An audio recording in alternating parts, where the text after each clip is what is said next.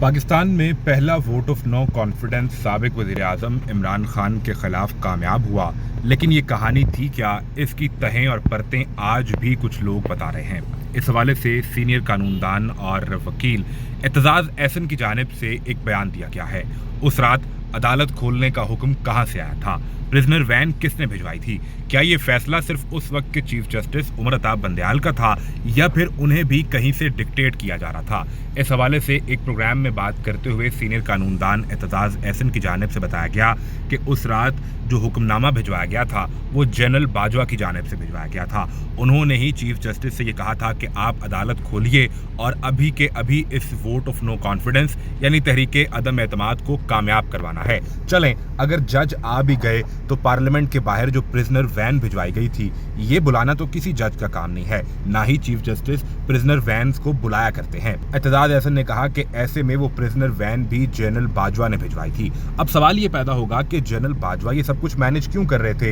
एतजाज़ एहसन ने मजीद तफसील बताते हुए कहा कि जो साइफर आया था उसमें यह भी वाज़ेह तौर पर कहा गया था कि अभी तहरीके अदम एतमाद पेश की जाएगी, आपने इन्हीं एक दो रोज में इस तहरीके अदम एतमाद को कामयाब करवाना है, इसके बाद ही आपके मामलात बेहतर होंगे, आपको मुआफ़ी मिलेगी, वरना पाकिस्तान के लिए मजीद हालात ख़राब हो जाएंगे।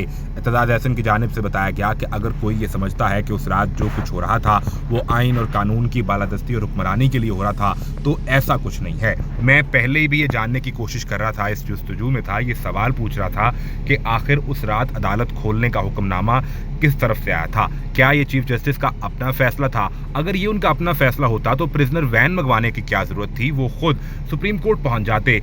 एतजाज़ एहसन ने कहा कि अब मुझे ये अंदाजा हो रहा है कि वो फैसले कौन कर रहा था और वो हुक्मनामे कौन जारी कर रहा था। पाकिस्तान के किसी भी वजीर आजम के खिलाफ इमरान खान के अलावा आज तक वोट ऑफ नो कॉन्फिडेंस कभी कामयाब नहीं हो पाया था, लेकिन उस वक्त वोट ऑफ नो कॉन्फिडेंस कामयाब हुआ। इससे पहले साबिक वजीर आजम इमरान खान ने असेंबली को तोड़कर इलेक्शन करवाने का जो कहा और जिस पर रूलिंग दी गई, इसको भी कलअदम करार दे दिया गया था और ये कलअदम भी चीफ जस्टिस उमर अताब बंदयाल की जानिब से दिया गया था, जो उस वक्त सुप्रीम कोर्ट के चीफ जस्टिस थे। क्या ये फैसला उनका अपना था, आइन और कानून के मुताबिक किया गया, या इसका भी हुक्मनामा कहीं और से आया था? अब तो ये सवाल भी खड़ा हो रहा है और इस पर भी सवाल पूछा जा रहा है।